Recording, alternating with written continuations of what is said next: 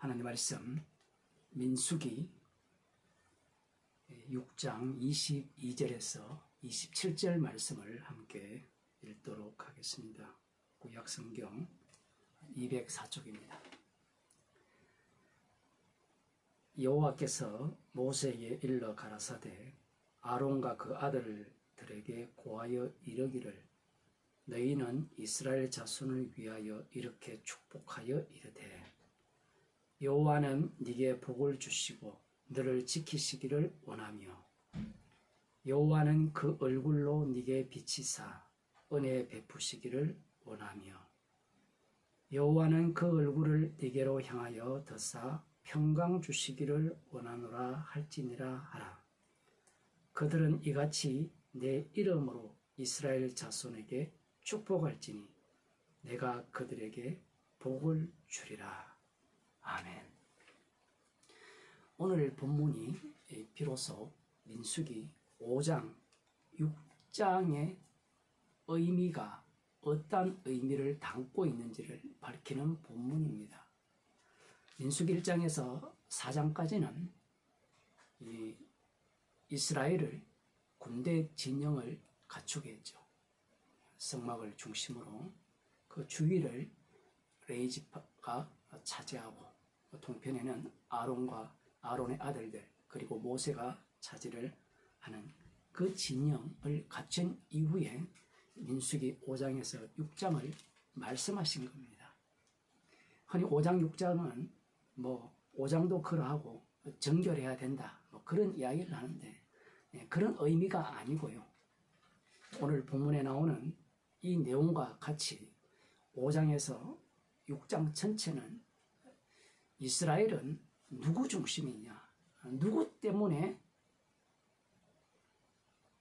그들 가운데 은혜와 평강이 있고 여호와께서 그들을 지키시느냐, 복을 주시느냐, 그것을 말씀하시는 거예요. 잠시 5장을 보면 5장 1절에서 4절까지는 이 문둥병 환자와 유출병 환자를 진 밖으로 내어 보내라고 명하시죠. 문둥병과 유출병을 판단하는 사람은 제사장입니다. 여기에서도 제사장이 중심이 되고요. 5절에서 9절, 10절까지도 마찬가지입니다. 이웃에 대해서 어떤 손해를 끼쳤을 때 속건제물을 드리라고 하시고 그러면서 이 제사장에게 주는 성물이 또 따로 구별된다라는 말씀을 하죠. 속건제를 드리는 당사자는 물론 그 죄를 범한 당사자도 들어가지만 제사장이 없으면 아무리 홀로 속건제를 드려도 여호와께서 받지 않으십니다. 그리고 11절에서 31절까지는 이 질투의 법이 나오죠. 그 이스라엘의 가장 기본적인 단위 부부입니다. 그 부부의 이 중심은 누구냐? 남편이냐? 아내냐? 아내라는 겁니다. 제사장이에요. 제사장이 그 사랑을 확정하는 겁니다. 그게 질투의 법이고요. 6장 1절에서 21절은 나시린 법이죠. 나시린 법은 우리가 볼 때는 나시린이 하나님한테 자기를 구별하여 드린다라고 하지만 기껏 드릴 수 있는 것은 머리털밖에 없습니다. 그러면서 이 화목제물을 제사장에게 드려야 되죠. 요제와 거제는 제사장의 것이라고 하시면서 진짜 화목제물은 누구냐라는 겁니다. 나시린이 화목제물이 아닌 거예요. 제사장이 진짜 화목제물이다, 구별하여 드린 인물이다, 그것을 정하는 자들이 나시린입니다. 그러면서 오늘 본문을 말씀을 하시는데 이 전체의 내용은 무엇과 관련되어 있느냐라고 할 때는 제사장의 축복과 관련되어 있는 거예요. 제사장이 축복하면 그냥 축복이 될 거다, 우리는 이렇게 들어가지만 오늘 본문에 나오는 이 내용은 앞서서 나온 그 모든 내용을 다 포함하는 내용이에요. 제사장의 기능이죠. 그 제사장의 기능은 희생물의 기능입니다. 오늘 본문은 목사들도 좋아하고 교인들도 좋아하죠. 자신이 마치 대제사장이나 제사장이 된 듯이 나도 이런 축복권을 가져야 되지. 그래서 목사들이 축도를 하거든요. 저도 축도를 합니다만 그 축도한다고 축복이 되어지는 게 아니에요. 축도라는 게 축복 기도인데 이 구약에서는 여기에서 유리하거든요. 신약에는 고린도 후서 13장 13절에 나오는데 그 말씀의 의미를 전혀 파악하지 못하는 거예요. 교인들이 목사들한테 머리를 조아리면서 축복기도 받기를 원하는데 그런 짓은 무당들이 하는 거고요. 지금 여기서 나오는 말씀은 그것과 전혀 다른 의미입니다. 다시 말씀을 보면 이스라엘 자손을 위하여 아론과 그 아들들에게 구하라. 대제사장과 제사장들이죠. 그들에게 이렇게 축복하여 자손을 위하여 축복하여 이렇게 말하는 거죠. 여호와는 네게 복을 주시고 너를 지키시기를 원하며 이렇게 나옵니다. 여호와께서 복을 주시고 이스라엘을 지키시기를 원한다. 그러면 제사장이 그렇게 말만 하면 이 지키시고 보호하시느냐? 천만의 말씀이에요.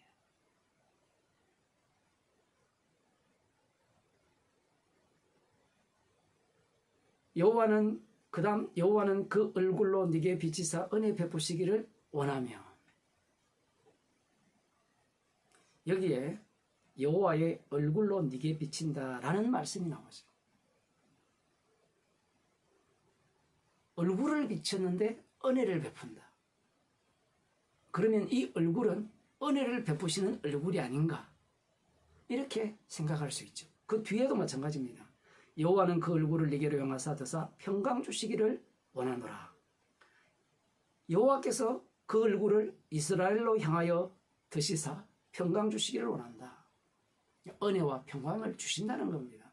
여호와께서 얼굴을 비치고 얼굴을 이스라엘 향하여 드셨어.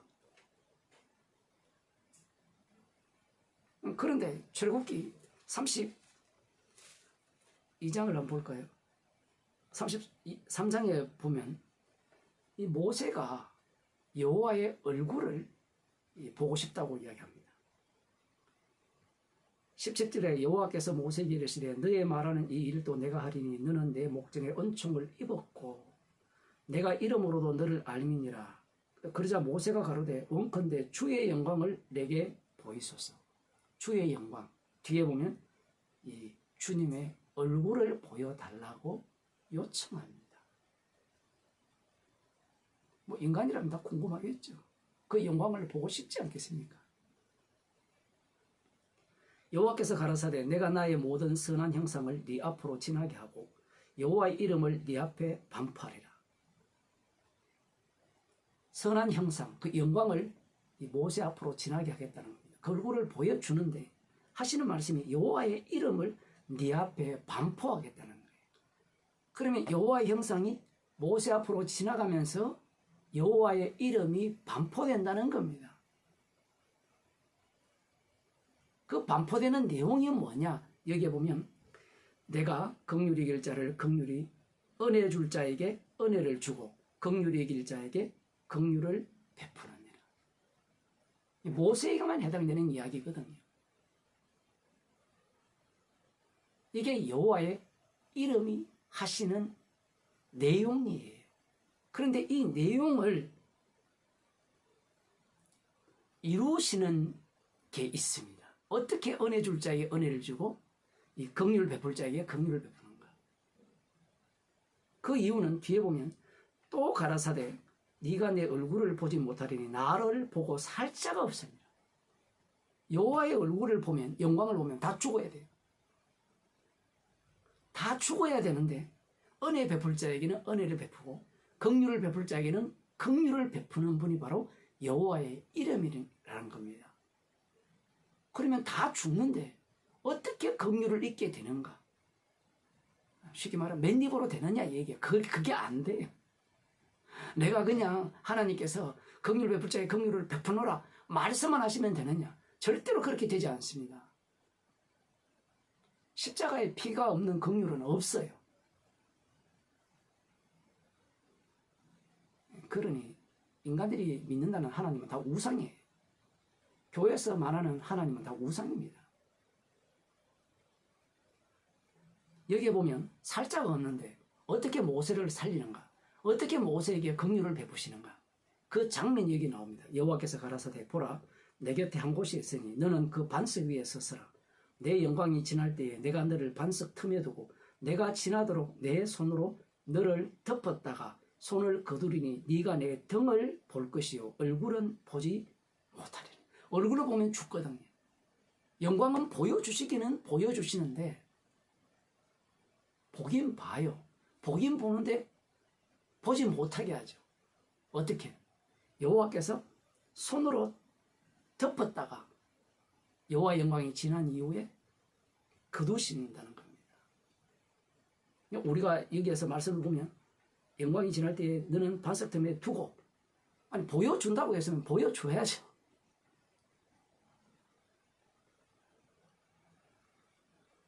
보여주면 다 죽어요. 그들이 바로 이 진노의 그릇들입니다. 그러나 모세는 긍휼의 그릇이죠. 그래서 모세 자체가 여호와의 이름이 반포되는 인물이에요. 지금 대제사장과 제사장들이 축복을 하죠. 그런데 그 축복의 내용이 어떤 내용입니까? 여호와는 그 얼굴로 네게 비치사 은혜 베푸시기를 원하냐. 지금 여호와의 이름이 이스라엘 백성과 동행하고 있거든. 동행하는 그들에게 그 여호와의 영광이 그들과 함께하고 있는 겁니다. 여호와의 영광이 함께하기 때문에 어느 누구도 살자가 없어요. 그럼 어떻게 사는가? 여호와의 얼굴이 비치는데 놀랍게도 은혜를 베풀어 주신다는 겁니다. 은혜를 베풀어 달라고 기도하죠. 누가? 제사장이. 그럼 제사장은 무슨 자격 요건으로 이렇게 기도할 수 있느냐? 자기들이 이 모세를 덮었던 그 손이 되는 거예요. 희생물이 되는 겁니다. 자기들의 희생으로 자신들이 제물이 됨으로 말미암아 이들에게 이 얼굴을 비치사 은혜 베푸시기를 원하는 기도를 하는 거예요. 예수님의 기도만이 아버지께서 들으신다고 한 이유가 자신만이 유일한 희생 제물이 되기 때문에 그래요. 제사장들은 그림자죠. 그림자이기 때문에 이들이 기도하는 것이 응답이 되는데 응답이 되는 그 바탕이 뭐냐 할 때는 제사장들의 희생입니다. 지금 그 내용을 민수기 5장 6장에 다 담고 있는 거예요. 제사장 네가 뭔데? 이렇게 나올 가능성이 100%거든요. 재밌는 것은 약속의 땅에 들어가면 11조부터 끊어버립니다. 11조부터 끊어버리면 레위인들이 먹고 살 길이 없어지니까 헤매가 되거든요. 그 레위기 그 사사기 17장에 나옵니다. 레위 소년이 베들레헴 산지에 있는 그쪽 동네는 유다 지파잖아요. 유다 지파들이 11조를 안 하죠. 그럼 그들이 11조를 안 하면 레위 지파가 11조를 해서 제사장에게 가야 되는데 제사장들도 11조를 못 받죠. 이런 말씀들이 이스라엘 백성들의 귀에는 진지하게 안 들려요. 그럼 우리는 이 시대에 살았으면 진지하게 들렸을까? 천만의 말씀입니다. 안 들립니다. 사람들의 지금 대한민국의 한 20% 정도의 관심은 부잣집 막내 아들에게 가 있거든요. 관심이 거기에 있지 복음에 있지 않아요. 금요일 토요일 주일 손꼽아 기다린 거예요. 목 빼고. 이스라엘도 마찬가지입니다. 나를 기쁘게 하고 나를 행복하는 것에 관심이 있지 제사장에 관심이 없어요. 이 제사장들의 축복권 이 얘기를 하니까 정말 재미있는 게 이런 거예요. 아, 제사장들은 축복권이 있구나. 그러면 우리 집에 제사장 한 사람 세워놓으면 축복을 주시겠네. 그렇게 흘러가는 거예요. 실제로 사사기 17장을 보면 에브라임 산지에 미가라 이름하는 사람이 있는데 이 집안에 재밌는 것들이 많이 설치가 되어 있어요. 먼저 이 어미가 아들 중에 한 사람을 대제사장으로 만들었어요. 에봇이 있다는 것은 대제사장이에요. 지 마음대로 하는 겁니다. 에브라임 지파가 장자권을 부여받았잖아요. 여기에서 지도자가 나오는 거예요. 뭐 유다 지파도 똑같아요. 나중에 이 레위 소년이 유다 베들레헴 출신이거든요. 그러니까 누가 엉터리냐 그걸 뽐내는 게 사사기거든요. 그 집안에 대제사장도 있고 에봇을 입은 대제사장도 있고 신상도 있고 드라빔도 있고 뭐 이 복 받는다는 종류는 다 갖다 놔요. 여기서 재밌는 건 제사장을 왜 세웠느냐. 이 민수기 6장에 나오는 이 축복권 때문이겠죠. 우리 집안에 은혜와 평강을 주시기를 원한다. 은혜와 평강이 뭔지는 몰라요. 서신서에 보면 대부분 로마서부터 시작해가 고린도전서 대부분 나오는 계시록까지 나오는 게 은혜와 평강이 너희에게 있을지어다. 이 내용을 담고 있거든요. 그 은혜와 평강이 있다는 것은 너희들 자체 속에 십자가 사건이 장렬한다 이 얘기입니다. 은혜와 평강 자체는 십자가에서만 나오거든요. 중보자 대신 그분의 죽음에서만 나오는 겁니다. 지금 이 사람이 왜 자기 집안에 대제사장을 세웠느냐? 축복권 때문이죠. 그런데 정말 재밌는 것은 그게 먹힌다는 거예요. 인간들은 과학적이거든요. 원인과 결과가 분명해야 돼요. 11조를 들어서 복 받는다? 이건요. 확인할 길이 잘 없어요. 그런데 무당에게 뭔가를 바쳐서 문제를 해결한다. 이건 원인과 결과가 확실하기 때문에 과학적이에요. 지금 이 신상도 만들고 드라빔도 들고 자기 아들 중 하나를 대제사장으로 세워서 축복을 해달라고 비니까 집이 엄청나게 부자가 된 거예요. 신기하죠? 하나님은 믿어서 부자 된 게 아니고 이 엉망의 소견에 옳은 대로 가는 그 시대에 부자가 된 거예요. 그러다가 이 레위 소년이 오니까 옳거니 야, 이 제사장은 아니더라도 어쨌든 제사장을 보조하는 그 지파잖아요. 근접한 거예요. 이 성경에 제사장이라면 뭔가 뭐랄까요? 더 확실하지 않겠느냐 우리는 그런 생각하지만 아닙니다. 이 제사장과 근접하는 레위인 그 사람을 이 고용을 해요. 연봉을 주고. 굶어 죽게 되었는데 연봉 준다는데 얼마나 신이 납니까? 오늘날 목사들하고 똑같잖아요. 그 교인들이 원하는 설교를 해야 돼요. 기뻐하는 설교를 해야 되는 거예요. 교인들이 원하는 마음에 거슬리는 설교를 하면요. 헌금 안 합니다. 교회 안 옵니다. 내가 이 교회에 안 오면 갈 데 없느냐 얘기예요. 십자가는 모든 입을 막아버리거든. 십자가를 전파한다는 것은 십자가를 전한다는 것은 어떤 인간도 인정하지 않는다는 얘기예요. 레인을 뽑아가지고 대제사장으로 삼았는데 참 신기하게도 이것도 과학적이에요. 집안이 더 복을 받은 겁니다.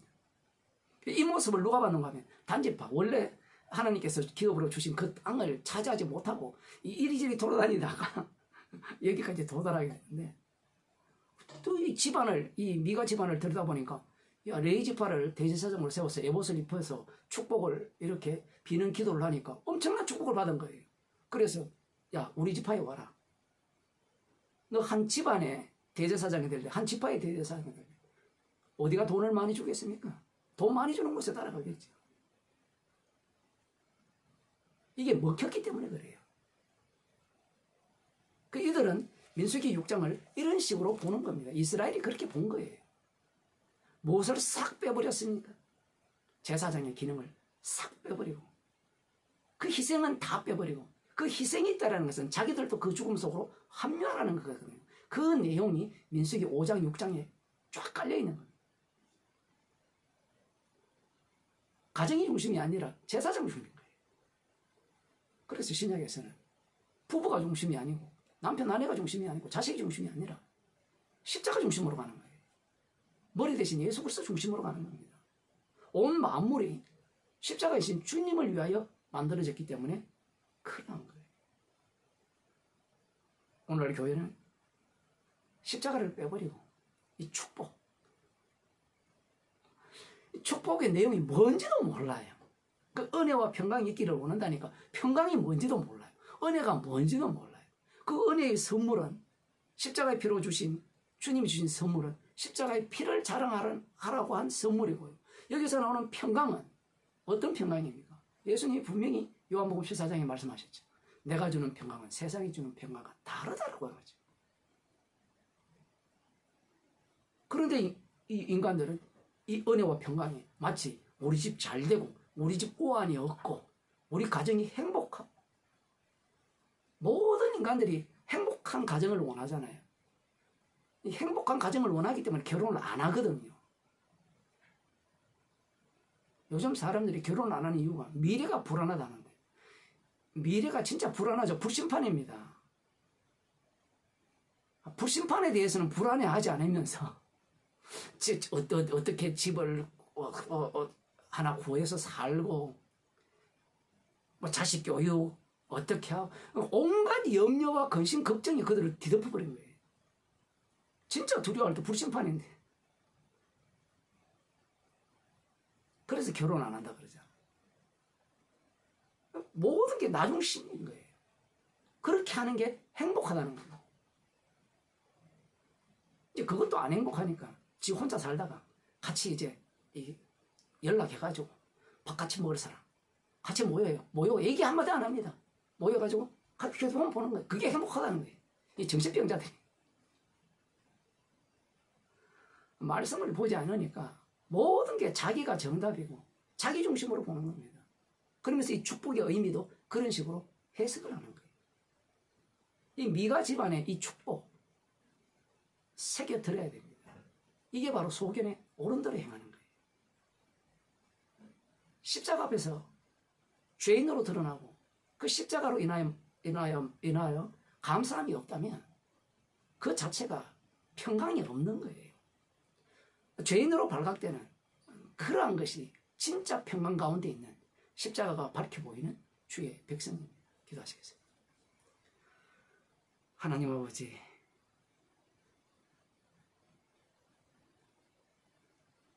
주님이 주신 축복인 은혜와 평강은 십자가의 피 공로만을 자랑하라고 주신 주님의 선물임을 알게 하심을 감사드립니다. 우리의 인생이 주의 이름을 위한 인생임을 잊지 않게 하여 주옵소서. 예수님 이름으로 기도드리옵나이다. 아멘.